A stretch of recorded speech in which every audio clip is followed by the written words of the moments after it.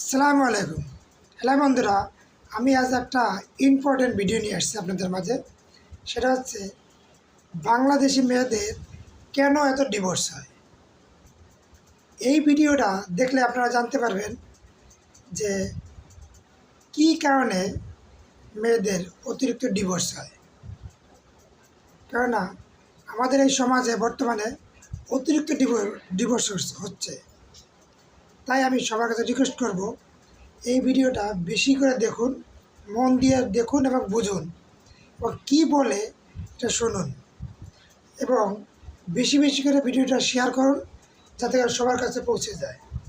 তো চলুন শুরু করা যাক। সবাই দেখি জিগান যে এখন ডিভোর্সের কারণ কি, এত ডিভোর্সের কারণ কি। আমার কাছে একটা কারণ খুব বেশি মনে হয়, বউয়ের বাপ মা। যেই মেয়ে তার স্বামীকে সম্মান করে না, খোঁজ নিয়ে দেখবেন ওই মেয়ের মাও তার স্বামীকে সম্মান করতো না। কারণ মেয়েরা ছোটবেলা থেকে যেটাই দেখে সেটাই কিন্তু শিখে বড় হয়। মেয়েদের ডিভোর্স হয় এই তিনটা কারণে। এক, যে মেয়ের অতিরিক্ত জেদ। দুই, যে মেয়ে স্বামীর মুখে মুখে তর্ক করে, স্বামীকে সবার সামনে ছোট করে। তিন, যে মেয়ে বাপের বাড়ির কুপরামর্শে নিজের সংসারে শান্তি করে। এই পৃথিবীর মধ্যে সবচেয়ে অবুঝ আর অসহায় নারী কারা জানেন? যারা নিজের বাপ মার সাথে আর বাইরের মানুষের সাথে সম্পর্ক ঠিক রাখতে যায়, নিজের স্বামীর সাথেই সম্পর্ক নষ্ট করে ফেলে। স্বামী নামের মানুষটা যতদিন পর্যন্ত তোমার মাথার উপর ছায়া হয়ে আছে, ততদিন পর্যন্ত গোটা পৃথিবীটাই তোমাকে সম্মান করবে। একবার স্বামীকে ডিভোর্স দিয়ে বাপের বাড়িতে গিয়ে দেখো, কারো চোখে তুমি আপদ, কারো চোখে বোঝা, আর সমাজের চোখে তুমি একজন অসৎ নারী। স্বামীকে ছোট করে বাবা এবং ভাইকে বড় করছো। একটা কথা মনে রেখো, ভাই ততদিন আপনার যতদিন না সে বিয়ে করছে, আর বাবা মা ততদিন আপনার যতদিন তারা এই দুনিয়াতে আছে। আর স্বামী,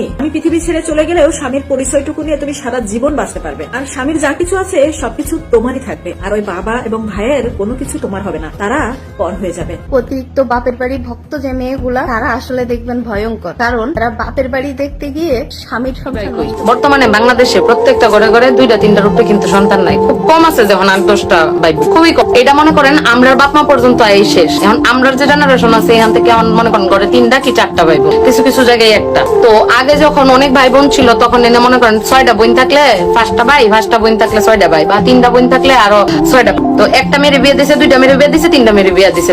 একটা মেয়ে যদি মারা ফোন করে কইছে আম্মা এরা আমার এটা করেছে, মারা কি বুঝ দিছে জানেন? বাবা সংসার এরকমই, এবার কইরা খাওয়ানো লাগে, এবার বাড়তির রাহ ধৈর্য ধরো, দেখবা একদিন সংসার সুখের হবে। আমার আরেক সেরি ফোন করছে একই কথা কইছে, আবার আরেক সেরি ফোন করছে একই কেল লাইকা যে আমার এক সেরি যদি আমি গরমের মতো লাই দিয়া লাই, তে আমার আরেক সেরি গরম হয়ে উঠবো, আবার হেটার লাই দিলে আরেকটা যা সেইটা করে উঠবো। এই জায়গাতে চিন্তা করে মারা কইছে যে ধৈর্য ধরো সংসার করো। পরে ধৈর্য ধরো সংসার 3-4 বছর যখন হয়ে গেছে তখন সেরি উঠে ঠিক আছে সংসার তখন নিজের বাউই আয় পড়ছে। তো তার সুবাদে তারা ডিভোর্স দেওয়া পর্যন্ত গেছে না। বাট আমাদের সময় এখন যেটা হয়েছে, এখন তো আমরা মনে করেন আদরের দুলালি প্রত্যেকটা করে 2-3টা ভাই বোন, তার মধ্যে একটা মেয়ে সর্বোচ্চ বা 2টা মেয়ে, বা কোথাও কোথাও 3টা মেয়ে সর্বোচ্চ। সেই ক্ষেত্রে হয় কি, আমাদের মায়েরা একটু বেশি আহ্লাদি হয়। যেমন ফোন করে যদি কয় মা করার আগে কই কিতা করছে জামাই আয়া পর করো, কিন্তু মারা এটা কয় না যে হোক আমরা ওইবার কষ্ট করে সংসার করছি, সমস্যা নাই, ধৈর্য ধর, একটা সময় পরে দেখবে সুন্দর জীবন পাইবি। এটা না কয় কিতা কোন নবাবের ফুতে এটা কইছে। আর বাপ আছে কিছু ডিউ লগে লগে কইব কি আইয়া পর পরেরটা পরে দেখতাছি, কিন্তু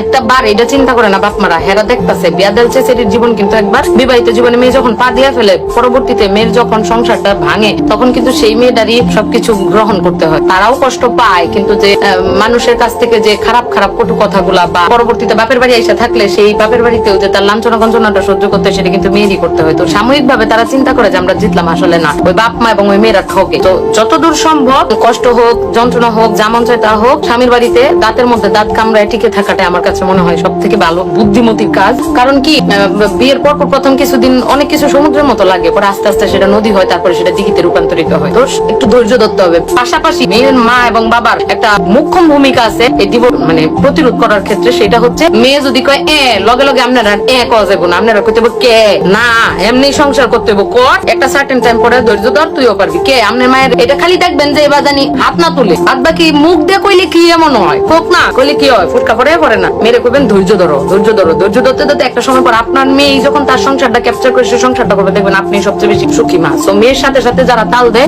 কিন্তু অনেকাংশে মারাম বুঝে না, মনে করে হারি আমার মেয়ের কত ওই যে আদর দিয়ে পাইতে গিয়া কত কষ্ট হইতাছে, এরকম সবাই কষ্ট করে এই জীবনে সংসার করছে। এই যে মা এরকম আলাবালা করে এই মাও কিন্তু কষ্ট পায় এই পর্যন্ত আইছে। So, মেয়েদেরকে এই ক্ষেত্রে লাইডা না দেওয়া আমার কাছে মনে হয় সব থেকে ভালো ডিসিশন। আমি যেমন আমার মারে ফোন করে যদি আম্মা আম্মা কই কিত্তা এবাই করন লাগে সংসার, মা পরে 2-3 দিন যখন কইছি যখন দিয়ে আম্মা পাত্তা দেয় না তখন সে টুকছে গেছি বেডি না আমার সৎ মা। ও মা এখন তো দেখি আমার মা যেটা করছে এটা বুদ্ধিমানের কাজ করছে। এখন আমার আমারও ভালো লাগে না, আমার সংসারে এত মজা লাগে, ওনার এদিকে মনেই চায় না, এরকম মজা লাগে। সো এই জিনিসগুলো হচ্ছে নিজের উপরে এবং মেয়ের মাদের এবং বাবাদের একটা মুখ্য ভূমিকা এই ক্ষেত্রে পালন করলে ডিভোর্স প্রতিরোধ করা অনেকাংশেই সম্ভব। এই ভিডিওর ভিতরে যে আপুরা যে কথাগুলো বলেছে এরা বাস্তব প্রমাণ। কেননা যার মা, যে মেয়ের মা সংসারে নাক গলাবে বেশি, ওই সংসারে অশান্তি হবে বেশি। এক পর্যায়ে যায় দেখা যাচ্ছে যে তাদের ডিভোর্স হয়ে যাচ্ছে, সারাসারি হয়ে যাচ্ছে। তো এই ভিডিওটা মন দিয়ে দেখুন এবং বেশি বেশি করে শেয়ার করুন। যদি ভিডিওটা ভালো লেগে থাকে তাহলে লাইক এবং শেয়ার করুন, এবং যদি পেজ থেকে দেখে থাকুন তাহলে ফলো দিয়ে রাখুন, আর যদি ইউটিউব চ্যানেল থেকে দেখে রাখুন তাহলে চ্যানেলটিকে সাবস্ক্রাইব করে রাখুন, যাতে করে পরের ভিডিওগুলোর নোটিফিকেশন সবার আগে আপনাদের কাছে পৌঁছে যায়। আল্লাহ হাফেজ।